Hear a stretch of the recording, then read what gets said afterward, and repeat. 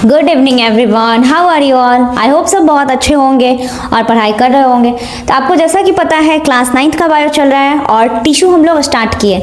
Last class में मैंने epithelial tissue का आपको पार्ट बताया था जिसमें होते हैं 5 पार्ट्स और मैंने उस दिन आपको पढ़ाया था 3 पार्ट्स।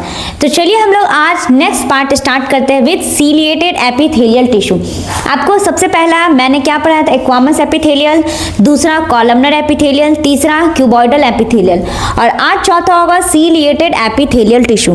आपने क्या देखा था ना, कॉलमनर में कॉलम लाइक सेल है, क्यूबॉइडल में क्यूब लाइक सेल है। तो सीलिएटेड एपिथेलियल टिश्यू में कैसा सेल होगा, it has hair like cell called cilia. यहाँ पे ना सीलिया जैसा सेल प्रेजेंट होगा। कैसा, cilia structure, cilia like structure होगा। तो it is hair like cell called cilia, cilia जैसा स्ट्रक्चर प्रेजेंट होगा। तो ये सीलिया जैसा स्ट्रक्चर कहाँ प्रेजेंट होता है, आपको लास्ट का ना उसमें मैंने रेस्पिरेटरी ट्रैक्ट लिखा था, वो भी सेल रेस्पिरेटरी ट्रैक्ट को टच करके जाता है, लेकिन फाइनली जो रेस्पिरेटरी ट्रैक्ट होता है ना वो सीलिएटेड एपिथेलियल वाला पार्ट में आता है। मतलब रेस्पिरेटरी ट्रैक्ट आपके सीलिएटेड एपिथेलियल के अंदर आएंगे। स्पर्म डक्ट, क्योंकि उन सब में जो मूवमेंट हो रहा है उसमें जो फ्लैजिलेट मूवमेंट है और वो डक्ट बनाएंगे वो सारे सीलिया के जैसा होता है। इनका फंक्शन क्या है, it help to move mucus particles from one part to other. अब सीलिया क्या करता है ना, एक जगह से दूसरी जगह किसी चीज को ले जाने में हेल्प करता है। तो इस वजह से रेस्पिरेटरी ट्रैक्ट के अंदर अगर कोई पार्टिकल वहां पे घुस जाता है, अंदर रह जाता है, तो वो उसको वहां से बाहर निकालता है म्यूकस के हेल्प से।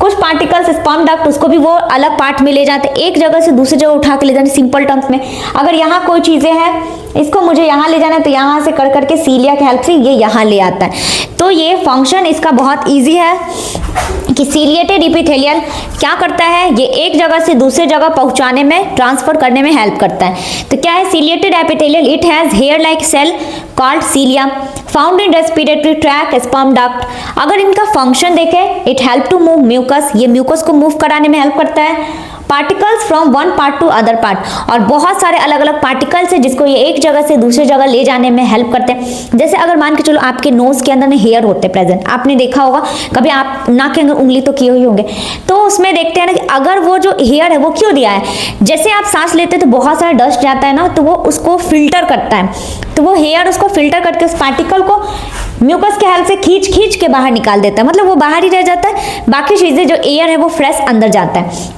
तो अगर आप देखोगे ये सारे ही रेस्पिरेटरी ट्रैक्ट, मतलब नाक से स्टार्ट होता है आपका रेस्पिरेटरी ट्रैक्ट और फाइनली आपका एल्विलाई तक खत्म होता है, वो रेस्पिरेटरी ट्रैक्ट के अंदर ये सीलिया प्रेजेंट होता है। स्पर्म डक्ट के अंदर भी जो छोटे छोटे पार्टिकल्स उसको एक जगह से दूसरी जगह ले जाने में हेल्प करता है। और लास्ट था ग्लैंड्यूलर टिश्यू, जो कि कॉलमनार के ही अंदर आता है। ऐसा कोई ग्लैंडुलर बना नहीं होता है क्योंकि कॉलमनार एपिथेलियल के अंदर बहुत सारे ग्लैंड्स आते हैं, जैसे कि थायराइड ग्लैंड हो गया और भी अदर ग्लैंड्स। तो ग्लैंडुलर एपिथेलियल जो कि आपके ग्लैंड्स में होते हैं, आपने हार्मोन्स पढ़ा होगा क्लास 8 में, और उसमें बहुत सारे ग्लैंड है जैसे एंडोक्राइन, एक्सोक्राइन एंड वो सबका काम क्या होता है, एक डक्टलेस होते हैं, एक के पास डक्ट होता है। तो ग्लैंड्स जितने भी है उनमें क्या करेंगे, ये formation and secretion of hormone.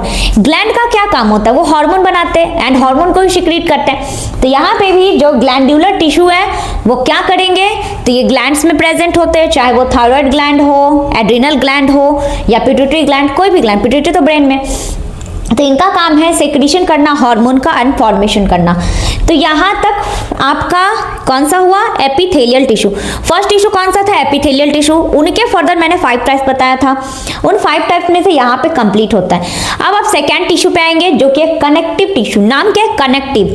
Connective नाम है तो ये करता है कनेक्ट किसको, बोन्स को, बोन से कनेक्ट कर सकता है, बोन्स टू मसल करते हैं, muscle two cartilage, cartilage is a soft bones, muscle से मसल को भी कनेक्ट कर सकता है। तो इनका काम है, it help to connect other body parts, मतलब ये बॉडी पार्ट्स को, इंटरनल ऑर्गन्स को एक दूसरे से जोड़ने का काम करता है। अगर हमारे बॉडी में ये कनेक्टिव टिश्यू नहीं होता तो हमारे बॉडी में कोई भी चीज से कनेक्ट नहीं होता ना, लाइक बोन्स मसल से कनेक्ट है, अदर बॉडी ऑर्गन्स कनेक्टेड है।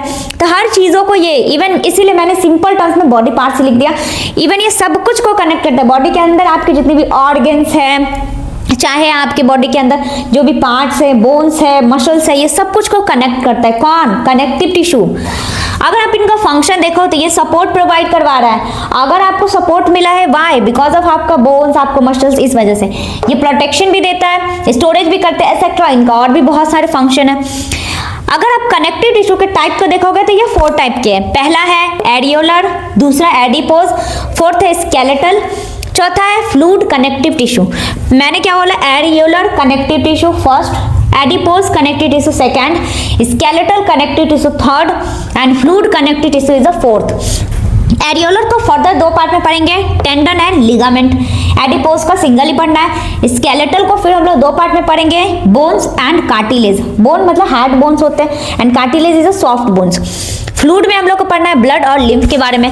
ब्लड में हम लोग आरबीसी को समझेंगे, मतलब रेड ब्लड सेल को, और डब्ल्यूबीसी को भी समझेंगे, white blood cell, and platelets को कैसे छोड़ देंगे, जो ब्लड क्लॉट करने में हेल्प करता है। तो कनेक्टिव टिश्यू आज नहीं पढ़ा रहे, अगले क्लास में पढ़ाएंगे। छोटा छोटा लेक्चर मैं इसलिए डाल रही हूँ कि आपको देखने में इजी हो।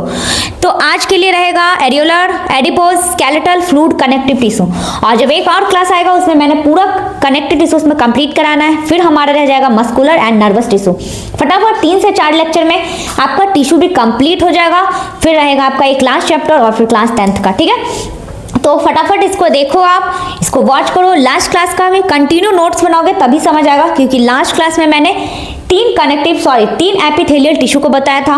4th और 5th यहाँ प्रेजेंट है और नीचे कनेक्टिव टिश्यू है।